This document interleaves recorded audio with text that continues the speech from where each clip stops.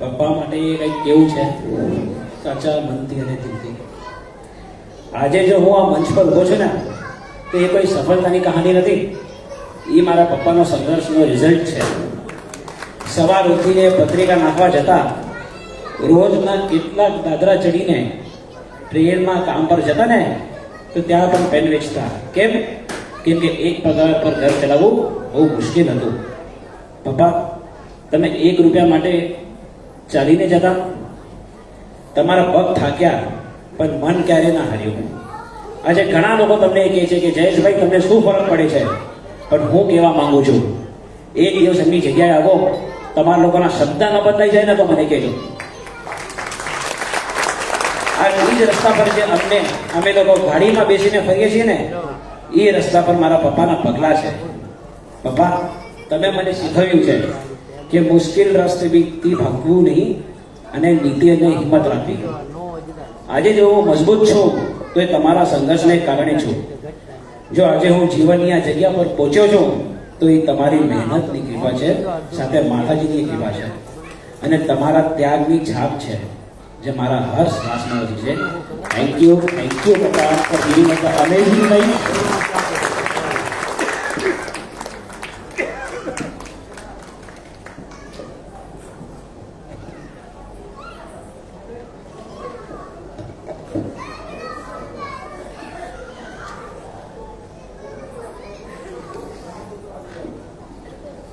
અરે, અહીંયા હજી પૂરું નથી થયું.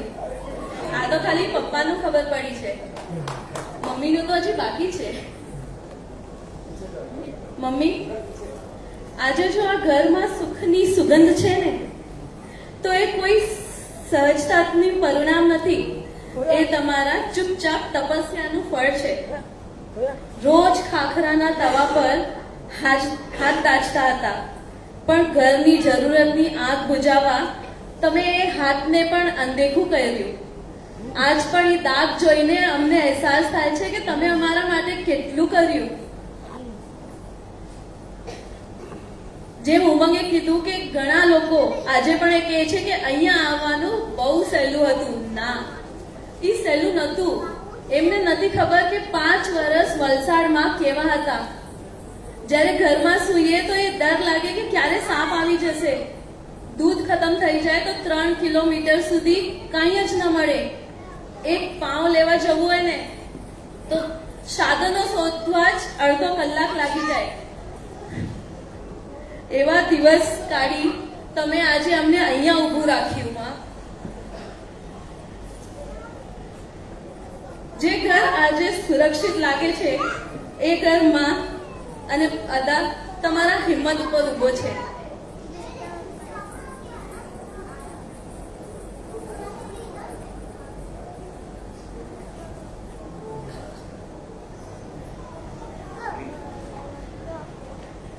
આ મારા નાની માં ઉર્મિલા જાદવજી છેડા. આજે હું જે કહી છું એમાં મારી નાનીનો અનમોલ ફાળો છે. જ્યારે મારા માતા પિતા વલસાડમાં રહેતા હતા તો મને ભણવા માટે ત્યાં ગુજરાતી મીડિયમ હતું. એમને મને ભણાવવું નહોતું, એમને મને ઇંગ્લિશ મીડિયમમાં નાખવું હતું, પણ રાખવાનું ક્યાં? ત્યારે આ મારા નાની માં બન્યા મારા યશોદામાં, જે મને માં કરતા વધારે, જેણે મને માં કરતા વધારે તેમને મને પોતાના હૃદયથી ઉછેર્યું. મારી નાની નાની ખુશી, મારી નાની તકલીફ, ભૂખ, ભય બધું તેમણે મને પોતાની જેમ જ સંભાળ્યું. તેમની મમતા કોઈ શરત વગરની હતી. તેમના હાથનું ભોજન, તેમની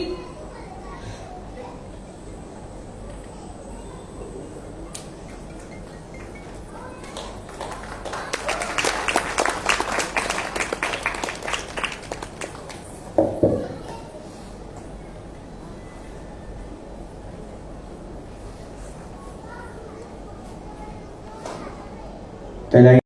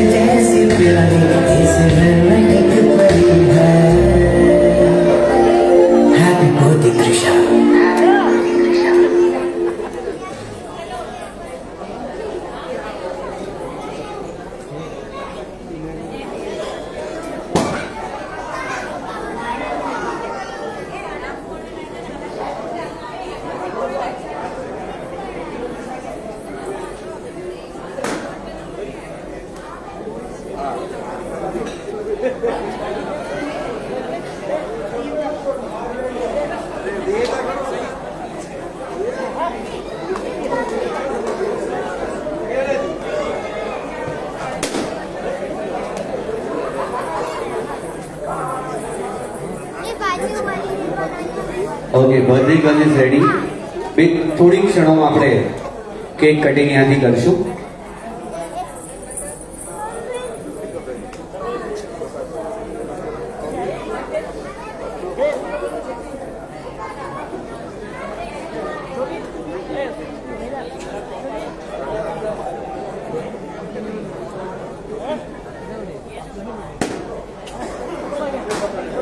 Okay, to the Diya beta ready? To the countdown of 10, all of you. 10, 9, 8, 7, 6, 5, 4, 3, 2, 1. Let's all wish Diya a very happy birthday.